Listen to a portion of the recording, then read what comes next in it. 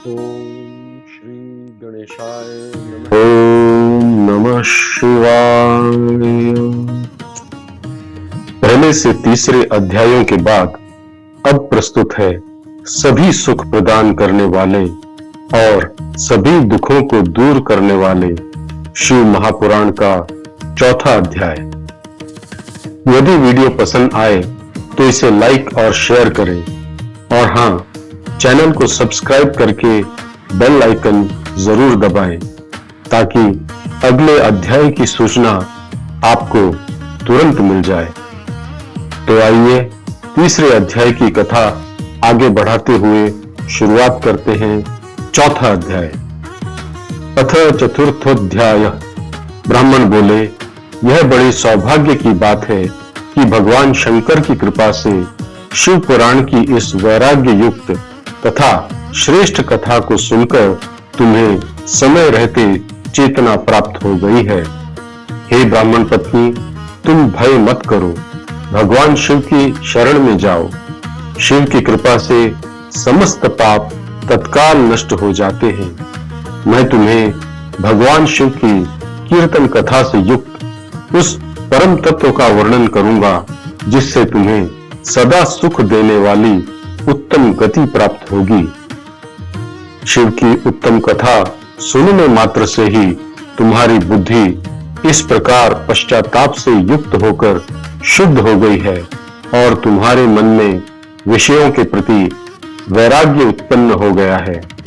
पश्चाताप ही पाप करने वाले पापियों के लिए सबसे बड़ा प्रायश्चित है। सत्पुरुषों ने सभी के लिए पश्चाताप को ही समस्त पापों का शोधक बताया है। पश्चाताप से ही पापों की शुद्धि होती है। जो पश्चाताप करता है वही वास्तव में पापों का प्रायश्चित करता है, क्योंकि सत्पुरुषों ने समस्त पापों की शुद्धि के लिए जिस प्रायश्चित का उपदेश दिया है वह सब पश्चाताप से ही संपन्न हो जाता है। जो पुरुष विधि पूर्वक प्रायश्चित करके निष्पाप हो जाता है पर अपने कुकर्मों के लिए पश्चाताप नहीं करता, उसे प्रायः उत्तम गति प्राप्त नहीं होती। परंतु जिसे अपने कुकृत्यों पर हार्दिक पश्चाताप होता है वह निश्चय ही उत्तम गति का भागी होता है, इसमें कोई संशय नहीं है। इस शिव पुराण की कथा के श्रवण से जैसी चित्त शुद्धि होती है वैसी अन्य उपायों से नहीं होती। जैसे दर्पण को साफ करने पर वह निर्मल हो जाता है, उसी प्रकार इस शिव पुराण की कथा से चित्त अत्यंत शुद्ध हो जाता है। इसमें कोई संशय नहीं है।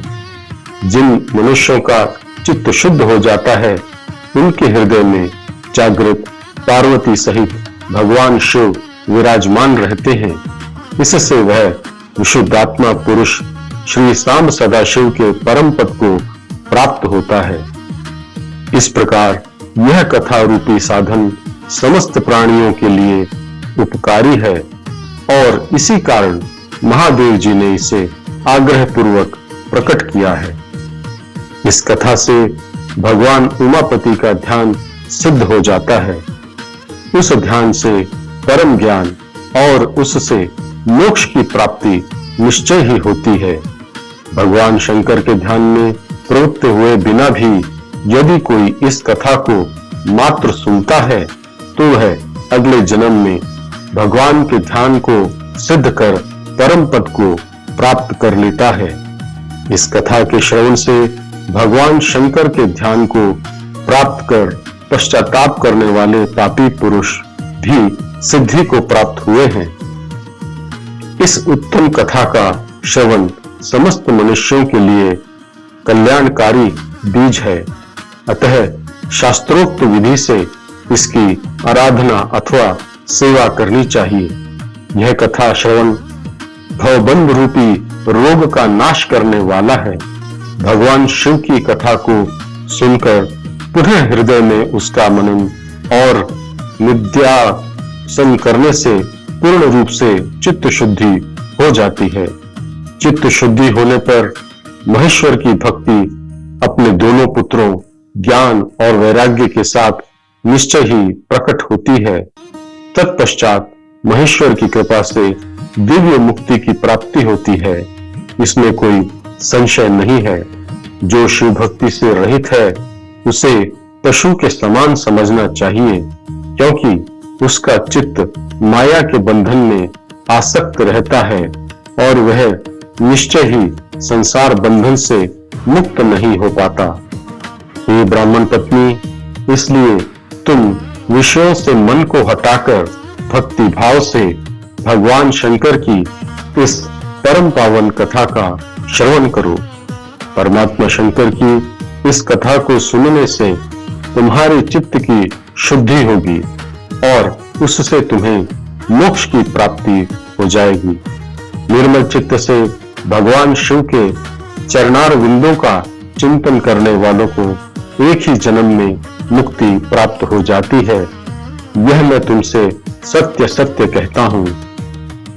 सूत जी बोले, इतना कहकर वे श्रेष्ठ शिव भक्त ब्राह्मण मौन हो गए। उनका हृदय करुणा से द्रवित हो उठा था और वे शुद्ध चित्त महात्मा भगवान शिव के ध्यान में मग्न हो गए। तदनंतर बिंदु की पत्नी चंचुला मन ही मन अत्यंत प्रसन्न हो उठी। ब्राह्मण के उपदेश को सुनकर उसके नेत्रों से आनंद के आंसू छलक पड़े। वह ब्राह्मण पत्नी चंचुला हर्षित हृदय से उन श्रेष्ठ ब्राह्मण के चरणों में गिर पड़ी और हाथ जोड़कर बोली, मैं कृतार्थ हो गई। तत्पश्चात उठकर वैराग्य युक्त तथा उत्तम बुद्धि वाली वह स्त्री जो अपने पापों के कारण भयभीत थी, उन महान शिव भक्त ब्राह्मण से हाथ जोड़कर गदगद वाणी में कहने लगी।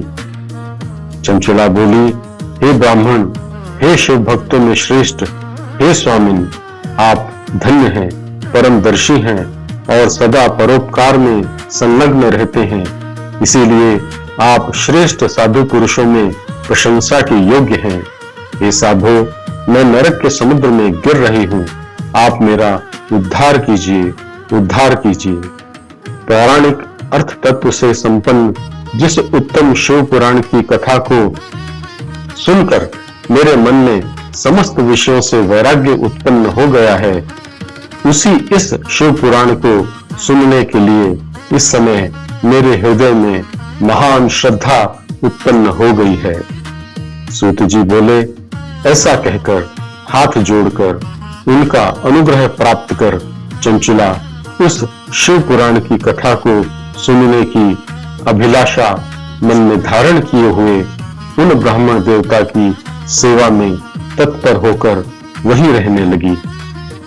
तदनंतर शिव भक्तों में श्रेष्ठ और शुद्ध बुद्धि वाले उन ब्राह्मण देवता ने उसी स्थान पर उस स्त्री को शिव पुराण की उत्तम कथा सुनाई। इस प्रकार उस गोकर्ण नामक महाक्षेत्र में उन्हीं श्रेष्ठ ब्राह्मण से उसने शिव पुराण की वह परम उत्तम कथा सुनी, जो भक्ति, ज्ञान और वैराग्य को बढ़ाने वाली तथा मुक्ति प्रदान करने वाली है। उस परम उत्तम कथा को सुनकर वह ब्राह्मण पत्नी अत्यंत कृतार्थ हो गई। उन सत्पुरुष की कृपा से उसका चित्त शीघ्र ही शुद्ध हो गया और भगवान शिव के अनुग्रह से उसके हृदय में शिव के सगुण स्वरूप का चिंतन होने लगा। इस प्रकार सद्गुरु का आश्रय लेकर भगवान शिव में स्थिर बुद्धि प्राप्त कर उसने शिव के सच्चिदानंदमय स्वरूप का बारंबार चिंतन आरंभ किया। वह प्रतिदिन तीर्थ के जल में स्नान करने लगी, जटा और वनकल धारण करने लगी तथा समुद्र तट पर निवास करते हुए भगवान शिव के नाम जप में संलग्न रहने लगी। संयमित वाणी और अल्पाहार का पालन करते हुए गुरु द्वारा बताए गए मार्ग से वह शिव जी को प्रसन्न करने लगी। हे शौनक, इस प्रकार शाश्वत ध्यान में लीन रहते हुए चंचुला का बहुत सा समय व्यतीत हो गया। तत्पश्चात समय पूर्ण होने पर भक्ति, ज्ञान और वैराग्य से युक्त चंचुला ने बिना किसी कष्ट के अपने शरीर का त्याग कर दिया। इतने में ही त्रिपुर शत्रु भगवान शिव द्वारा भेजा गया एक दिव्य विमान तीव्र गति से वहां आ पहुंचा, जो उनके गणों से संयुक्त था तथा विविध शोभा साधनों से संपन्न था। चंचुला उस विमान पर आरूढ़ हुई और भगवान शिव के श्रेष्ठ पार्षदों ने उसे तत्काल शिवपुरी पहुंचा दिया। उसके समस्त मल धुल गए थे और वह दिव्य रूप धारण करने वाली दिव्यांगना बन गई थी। उसके दिव्य अंग उसकी शोभा को बढ़ा रहे थे। मस्तक पर अर्धचंद्र का मुकुट धारण किए वह गौरांगी देवी दिव्य आभूषणों से शोभायमान थी। वहां पहुंचकर उसने त्रिनेत्रधारी महादेव का दर्शन किया। ब्रह्मा, विष्णु आदि देवता उन सनातन शिव की सेवा कर रहे थे। गणेश, भृंगी, नंदीश, वीरभद्रेश्वर आदि गण उत्तम भक्ति से उनकी उपासना कर रहे थे। उनकी अंग कांति करोड़ों सूर्यों के समान प्रकाशित हो रही थी। उनके कंठ में नील चिन्ह शोभा पा रहा था। उनके 5 मुख थे और प्रत्येक मुख में 3-3 नेत्र थे। मस्तक पर अर्धचंद्राकार मुकुट शोभित था। उन्होंने अपने वामांग में गौरी देवा को बिठा रखा था, जो विद्युत पुंज के समान प्रकाशित थी। गौरीपति महादेव की कांति कपूर के समान गौर थी। उन्होंने समस्त अलंकार धारण कर रखे थे और उनका संपूर्ण शरीर श्वेत भस्म से विभूषित था। शरीर पर श्वेत वस्त्र शोभा पा रहे थे और वे अत्यंत उज्जवल वर्ण के थे। इस प्रकार परम उज्जवल भगवान शंकर का दर्शन करके वह ब्राह्मण पत्नी चंचुला अत्यंत प्रसन्न हो गई। अत्यधिक प्रेम से युक्त होकर उसने उतावलेपन के साथ भगवान को बारंबार प्रणाम किया। तत्पश्चात हाथ जोड़कर वह प्रेम, आनंद और सत्य से परिपूर्ण होकर विनीत भाव से खड़ी हो गई।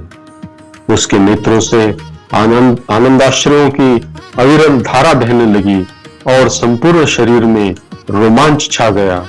उसी समय भगवती पार्वती और भगवान शंकर ने करुणापूर्वक उसे अपने समीप बुलाया और सौम्य दृष्टि से उसकी ओर देखा। दिव्य रूप धारणी बिंदु गात्रिया चंचुला को प्रेम पूर्वक अपनी सखी बना लिया। वह उस परमानंददायक ज्योति स्वरूप सनातन धाम में अविचल निवास पाकर दिव्य सौख्य से संपन्न हो अक्षय सुख का अनुभव करने लगी। इस प्रकार श्री स्कंद महापुराण के अंतर्गत शिव महापुराण महात्म्य में चंचुला सदगति वर्णन नामक 4था अध्याय पूर्ण हुआ।